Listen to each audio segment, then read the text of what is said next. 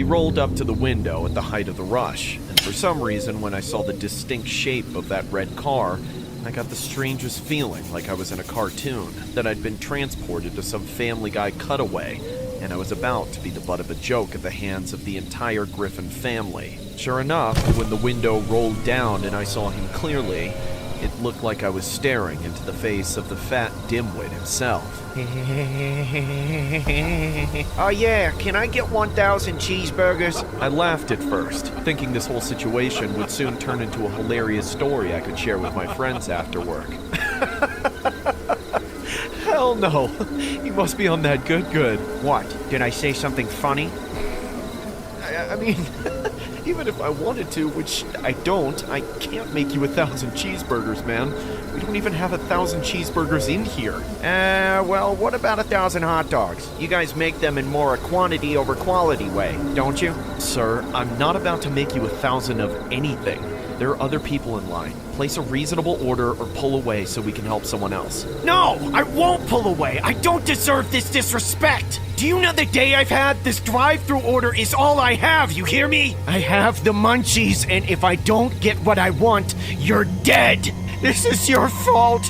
All I wanted was 1,000 cheeseburgers, that's it. I know I'm a big guy, I'm not blind.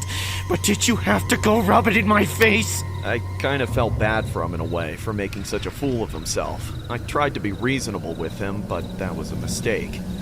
Sir, I'm sorry that we couldn't fulfill the order you wanted, but I would still be happy to serve you if you would just accept one of our combo deals. No! Listen here, you liberal arts loser!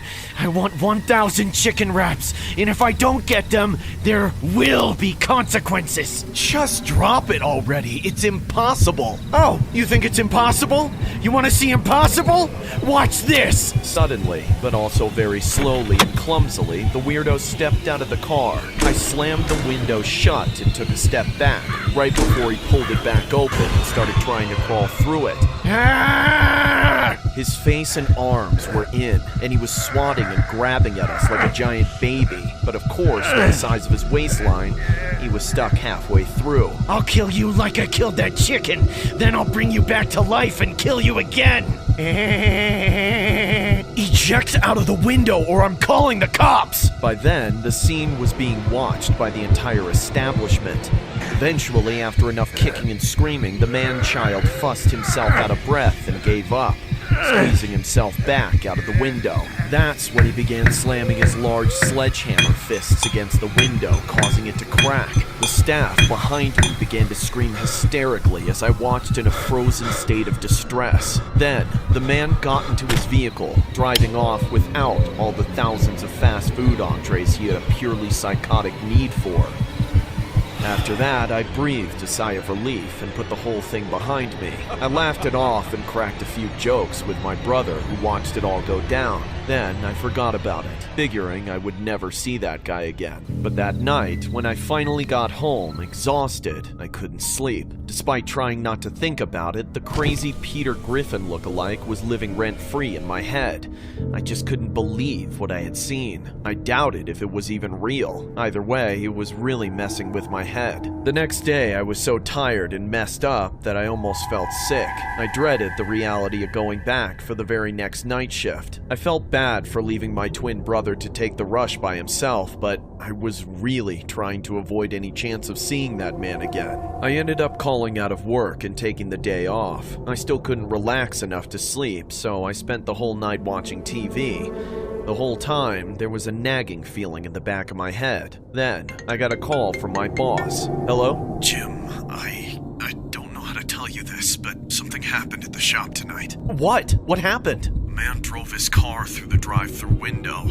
Jamie and Rob are in the hospital, but your brother, he didn't survive the impact. No.